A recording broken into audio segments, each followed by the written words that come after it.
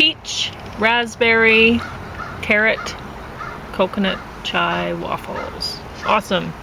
And this is for James. It's his fancy waffle. I didn't know what you were meaning about the peach in the middle, so I just gave you I thought, yeah, you made this more like a flower, like I was imagining. But, because I was telling you I wanted to fan it out. Yeah. And, okay, I didn't understand what you meant by fan. Anyway, this is more like what my conception is. Okay, but this is James's fancy waffle, and it has marshmallows on the inside.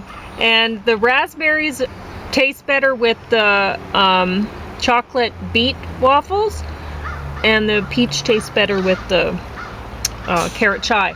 So you had I was chai thinking for both of yours, right? you usually tell me, oh, I want 2 waffles, and you only eat 1 waffle. Immediately. Yeah. So I mean, I eat them up eventually. It's just a lot, but yeah. This morning I don't know how much I'm going to eat. I got a treatment. We'll see how it goes. So what are we talking about today? I'm not sure. I think we'll be talking in the future. I might do a greater course. We don't want to say great course. We're doing those things, but a greater course. We'll never be so pretentious. We're going to be arrogant and say greater course, but we're not going to be pretentious and say greatest course or anything like that.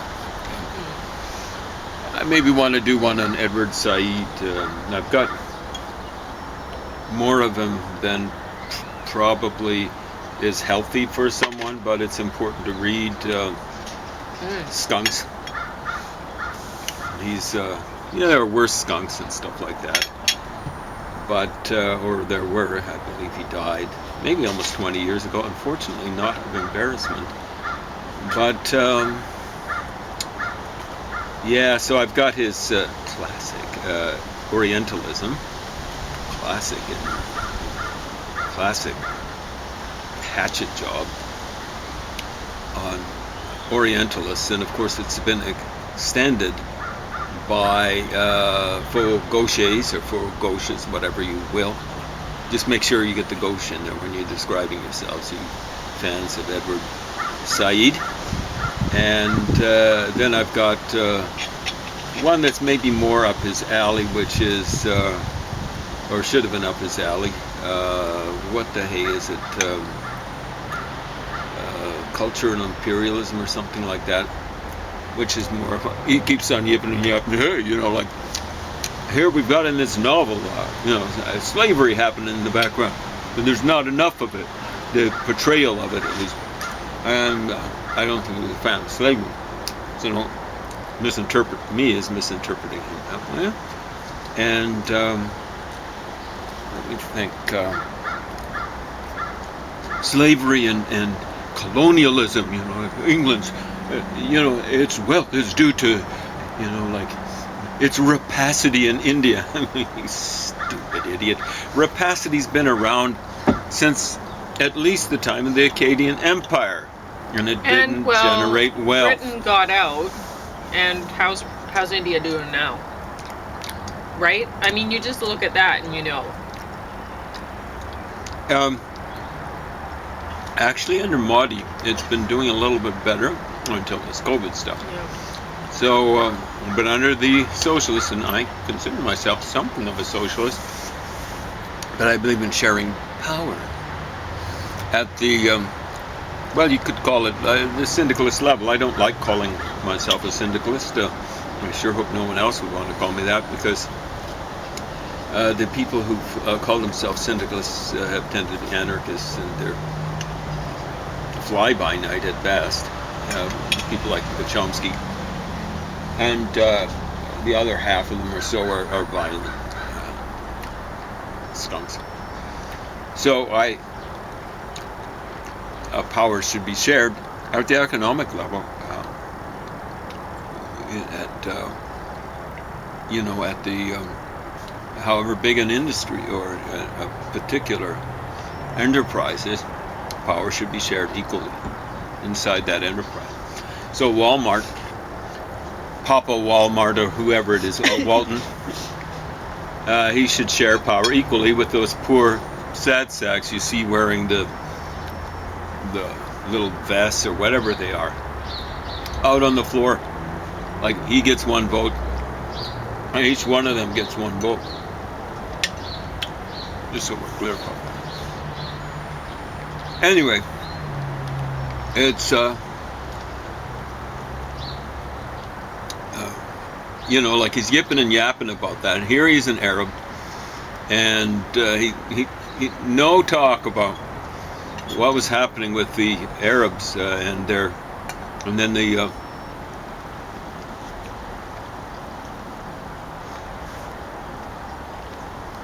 Turks who followed them, and the Mughals or Mongols who followed them, not necessarily in the same geographical location. And how their wealth was based on slavery, and they did nothing with the wealth. Nothing. They just exploited people and just wasted the stuff on luxury and things like that. They didn't really do much about education. I'm talking about, I mean, yeah, they had big libraries, but they weren't applying it. I think some of the folks actually did read the stuff that was in there. They didn't apply it. And that's been the history of slavery. People who do slavery get lazy when they don't apply it. What the capitalists did was they applied it, and they developed a system of machinery where they expanded on it. I mean, the Greeks were doing a few things like that. Not so much machinery, but using Well, the problem is water mills and windmills and things like that. Those societies, they it's aggressive people at the top. It's always the aggressive ruler, right? And they value the aggressive propagandists to a point. They will can use them. Yeah. And so they've always so you have patronized artists, right? Exactly. So they're the ones that end up with the knowledge available to them. Everyone else is shut out from it. Well, Because in order for the aggressive rulers to maintain power, they have to keep things the same. They have to hold society back. there's no way they So- could rule in a society where No. blues, well, we should say passive thinkers, where they have any contribution to make, because the power will slip away from them. That's what happened with the aristocrats during the English Civil War, the first one. I believe something like 1640, 1642, somewhere around there. And for a while, the capitalists, basically, or pre-capitalists, succeeded. They weren't terribly nice. I'm talking about Oliver Cromwell and his son. But there's no way the aristocrats on there, yee-ha, come on, we're all dressed for you guys to take us down with your cannons. We're all dressed up nice and fancy. We got big long hair and all that sort of stuff. We're sitting up here proudly on our horses. Uh-oh. Next thing you know, they're beating a retreat. Stupid idiots. So, yeah. So Oliver Cromwell was a stupid idiot, but in the long run, what can I say? Like the ethical system that came out of his sort of stuff was better than the ethical system of the aristocrats, which was basically, hey, like, you flunky, you're going to be a serf or a peasant and serve my needs and the needs of the people who handle my troops, the so-called gentlemen, the so-called nobles, or ignoble and ungentlemanly. So, yeah.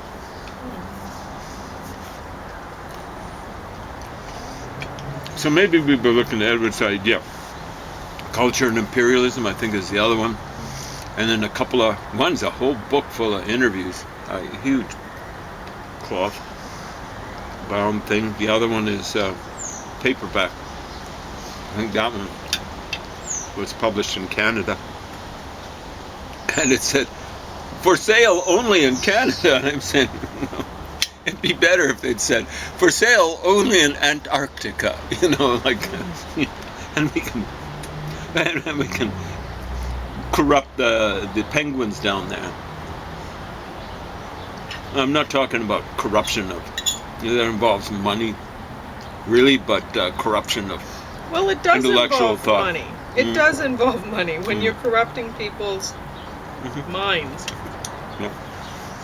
I understand. I don't believe in censoring anything like that. No. I'm reading this stuff. And people should read it.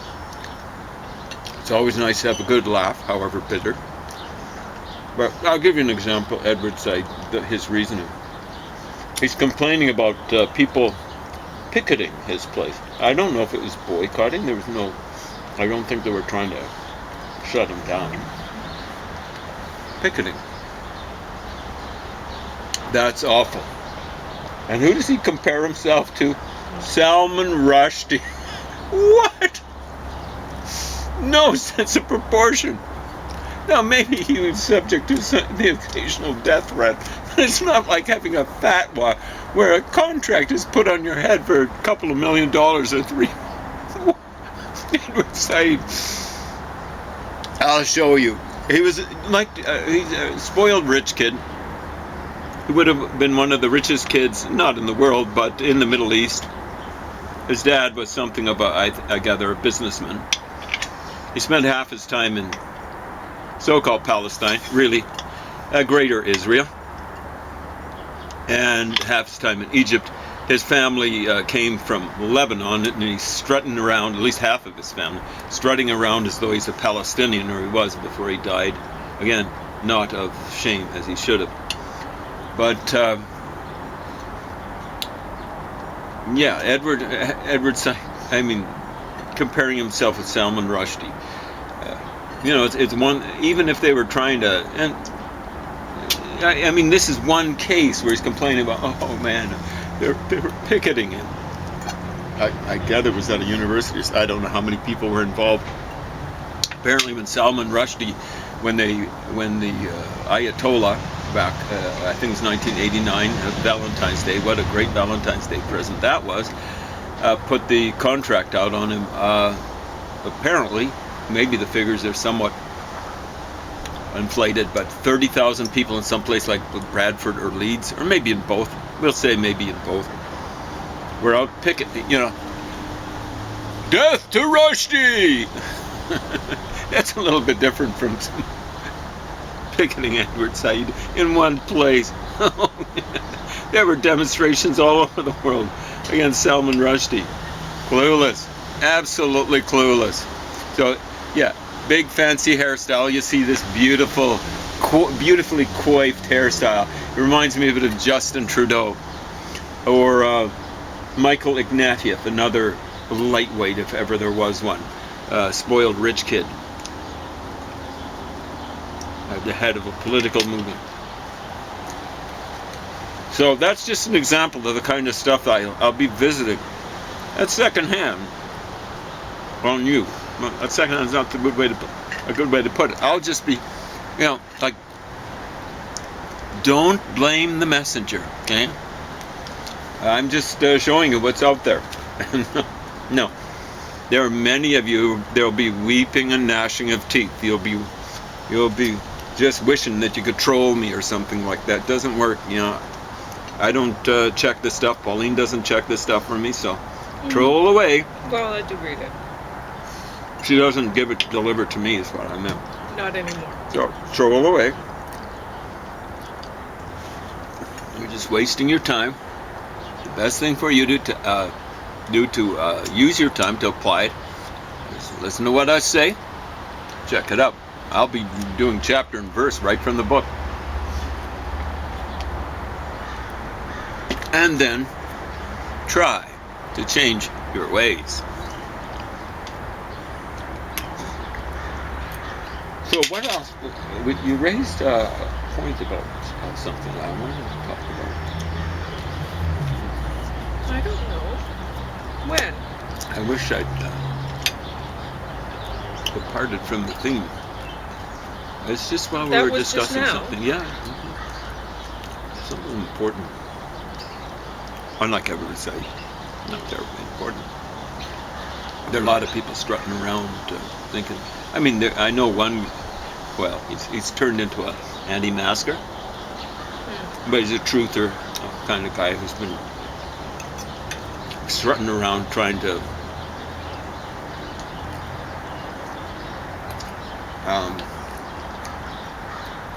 get Indigenous people to rise up and all this sort of stuff. Now I can remember back in the day when he's teaching me globalism out here at the university, trying to. He was. What the heck was he saying? Kind of forgot. Well, all I have to say about that is, I mean, it was funny because when COVID started, the aggressive propagandists were immediately trying to switch the focus from COVID to racism. And well, initially it was don't close borders, especially with China, because that would be racism, right? Yeah, and then it went. It will provoke racism in here. Yeah, but what they're actually doing is trying to provoke racism. Well, I can't see any other way of it because the stuff got loose in here. And you see, like, there would have been, if the stuff had never got loose there, people wouldn't be going around. I don't think, they're still talking about, hey, that person microaggressed me, you know, I'm Oriental, I'm East Asian, and someone microaggressed me. No, well, they've switched away from that, I think, because there's, but that's just I'd say to get the Haitian people. they expanded. See what I'm saying? They expanded that issue about racism too. Because they had on CBC, they had that big story about the people from Vietnam, the university professor, and I do want to talk about that. Okay. Because I mean, obviously, when you allow people to immigrate who are very educated, I mean, the one person that they were talking to, I guess it was the son that was more conversant with English. I don't know. Yeah. But, he was the one who was narrating. When you bring in people into your culture who value education, who value learning, that's a benefit to your culture. Those people are a benefit to your culture. See how she's using those people positively? Yeah. When you bring in people who do not value education, they are going to bring your culture down. They're going to bring society down. Oh, it's going to be awful. It's going to go into the toilet. And you notice she's not saying not educated, not valuing education. Not educated. Because some people don't have the opportunity to become educated and they would like to. But if they're the kind of person who values education, they'll find a way. They'll be, if you see them sitting, they'll be reading or something like that. They'll be trying to find. So, I mean, there's a lot of books around. I remember when I was little, my mom probably wouldn't like this story, but we would go to the garbage dumps to get stuff.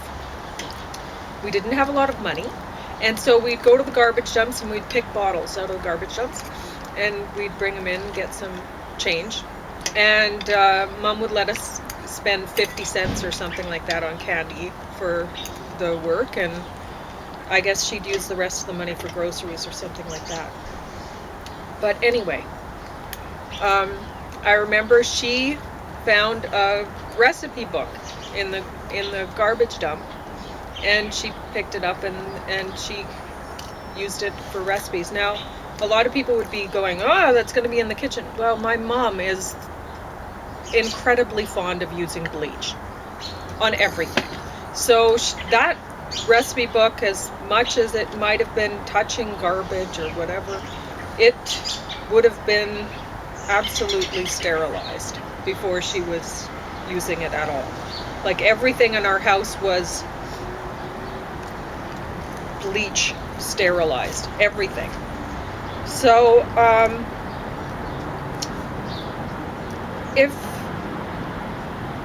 if people value education, they actually find a way to get it. And it could be, picking a garbage book to read out of whatever. It's easy for people to find stuff like that. They were And giving scads of books away at the downtown library a while back. Yeah, but Books are as cheap as dirt nowadays. so Secondhand stores. I mean, I've immersed myself in other cultures. I didn't realize. I remember when I was looking at houses here in Lethbridge and to buy a house. And the real estate agent, I mean, he summed me up. He knew it was his job to do so, right? To figure out what would be the best area for me. But I hadn't known this sort of thing. I'd went from college and then James says I was raised middle class. And I hadn't realized I was because, I mean, we do things like go to the garbage dump to pick bottles, right? That's not middle class. That's like, not even poor people in our society do that. That's like third world. So... Well, it's not just, it's it's lumpen proletariat. There are people who do collect bottles, right? But they are the homeless people and so on. Yeah, but they don't do it out at the garbage dump. Presumably not. No, Yeah. Here you wouldn't be allowed. No, here we wouldn't. But No. anyway. It was a big place. But they probably still have a garbage dump in Sterling, for example. Mm-hmm. But, I mean, you could know which of the homeless people value education by what they have in their carts. Do they have books or do they have whatever? I don't know. I remember I saw Right? a woman, I think she was reading. She was pushing her cart around. And I think it was Some do. more than once, Yeah. So, I mean, some people, you have to pay attention. And you figure out which people value education and which do not. I mean, there's a lot of people out there, they could be coming in on some raft and they're like, oh yeah, I want to work. And you look at them, what do they have with them? Do they have anything that gives you any indication that they want to work? Or they want to make money. Perhaps they value wanting to make money, but they don't want to work. They might say that they want to work so that they can come in. If a person values education, you can see if they value education. They may only have a grade 1 education or something like that, and somehow they've taught themselves to read, or somebody has helped them along and they've managed to do it. Like my grandpa didn't have a high level of formal education. My grandma helped him read. She taught him how to read. And my grandma on the other side. And she was an immigrant, right? Yeah, Teaching she was someone an immigrant. who wasn't Exactly. an immigrant, at least from his generation. And my grandma there on she the goes. other She side, made a my French contribution. grandma, she didn't have a high formal education. She reads constantly. And she has passed that value presumably on to my mom, who reads constantly, who passed it on to me, who reads constantly. So if a person values education, they find a way to get it. So our family was poor, but I consider myself as having a middle class upbringing because both my parents were teachers. My mom didn't teach when she had the kids in the house. And I was given the value of learning, especially book learning, stuff like that. It's the value that matters. Mm-hmm. So when Pauline said, some people, maybe so many people, want to come in here, want to make money, they don't want to work. Mm-hmm. At least not honestly. No. And a lot of there's people... lots of trolls out there, full gauches, mm-hmm. are saying, hey, capitalists don't work for money, at least not they get way more money than they deserve. True. But stick this in your pipe and smoke it along with your hashish or whatever you're delivering to your brain. Two wrongs don't make a right. That's what you always do. It's you can't really do the two Kokwe. It's the LA Kokwe. Oh, they do it too. They do it too. Well, the problem is Two wrongs don't make a right. You bring in more people who don't believe in those who don't work shouldn't eat. Well, there's It doesn't improve things. It makes things worse. For some reason, the aggressive propagandists have been putting out this idea that of like perceived affluence of America, of the United States, people who are citizens of the United States and to a lesser extent Canada. And it's a lie. There are some people who have a lot of money, and there are other people who do not. My mother worked constantly. She still works constantly. She's a senior, and she's working in a grocery store, so I can't imagine she's going to last very long with this pandemic, because I can't convince her to quit. It's hard to think for me to think of her as a senior. She looks way younger than a senior, that's for sure.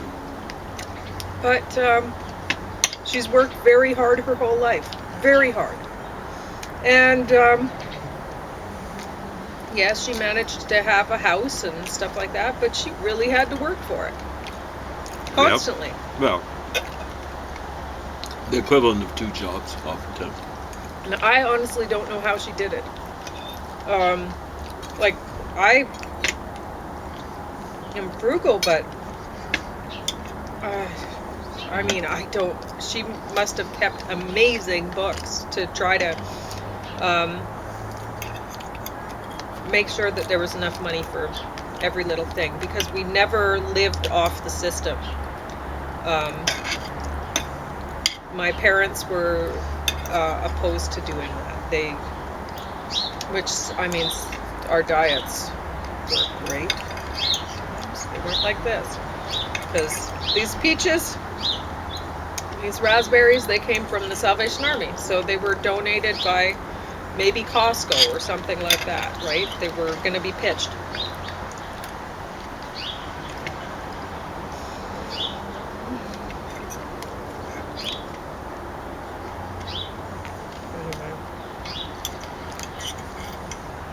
But yeah, so a lot of people out in the world, they have this idea, oh, well, they're really wealthy there. And, I mean, Canada giving a whole bunch of money to fund India in so many ways that ends up being their space program or whatever. The equivalent. I do want to talk about India. So Go ahead. Okay. Modi. He's the person that the Delta variant should be named after, the Modi variant. I think he was making a speech in front of the UN recently. We've got a 3-stage vaccine. Thank you. I want you to share it with all the rest of the world that you've spread the Delta variant to, you moron. You oxymoron. Okay? And if we do send some vaccine to you, you gotta pay the whole shot back, you useless puke. You can build China. Trying to make that fly.